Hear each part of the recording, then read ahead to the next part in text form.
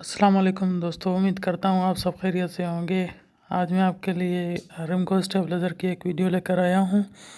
तो मेहरबानी करके वीडियो को आखिर तक देखें, लाइक करें, कमेंट करें, शेयर करें, सब्सक्राइब करें और बेल आइकन को प्रेस करें।